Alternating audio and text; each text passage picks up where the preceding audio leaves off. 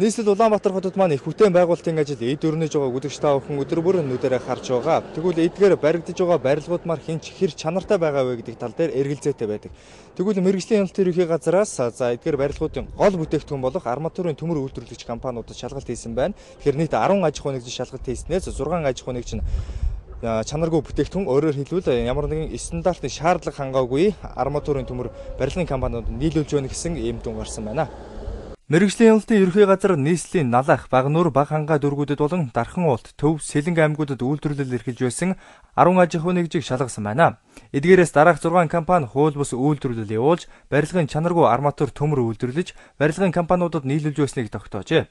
Үүнд Металл Опт, Синва Юан, Ханган Ган Эрдэнэ, Даргайтын ам, Алсын өртөө, Хатуу төмөр гэсэн компаниудад олон зөрчил илэрсэн байна. Үйлдвэрүүд нь бол барилгын материал үйлдвэрлэл эрхлэх тусгай зөвшөөрөл авалгүйгээр барилгын төмөр утаан бүтээчийн ганц өвөнгийн үйлдвэрлэл эрхэлж байгаа нь барилгын тухай хуулийн 14-ийн 1 дахь заалтыг зөрчсөн.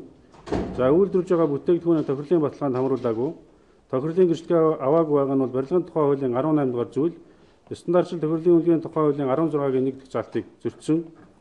За төмөр утаан бүтээчийн ганц өвөнгийн үйлдвэрлэлд зайлшгүй мөрдөх шаардлагатай хар металл боловсруулах үйлдвэр тавих ерөнхий шаардлага гэдэг стандарт байгаа. Энэ стандартыг мөрдөж ажилддаг. Үйлдвэрлэлийн дотоодын хяналт бол огт хэрэгжүүлдэггүй, хангалтгүй. За ийм зөрчилдөд бол нэлээд илэрч байна. Үүнээс гадна стандарт хэмжил зүүн газараас тогтоосон төмрийн хатуулга хэмжээний стандартыг огт мөрдөг байна. Харин улсын хууль иргэдийн эрх ашигыг зөрчсөн хятадын хөрөнгө оруулалттай эдгээр компаниудад дараах арга хэмжээг авсан байна. Энэ 6 аж ахуй нэгжид бол үйл ажиллагааг зогсоох тухай улсын байцаагчийн акт гарган хөргүүлж, энгүүн оргил дүүдэв шиг компаниуд бол албан шаардлага гарган хөргүүлсэн. За хэн шалгалтаар илэрсэн зөрчилтэй холбогдуулж нийтдээ 15,558 мянган төгрөгийн торгуул тавьж багдуулсан.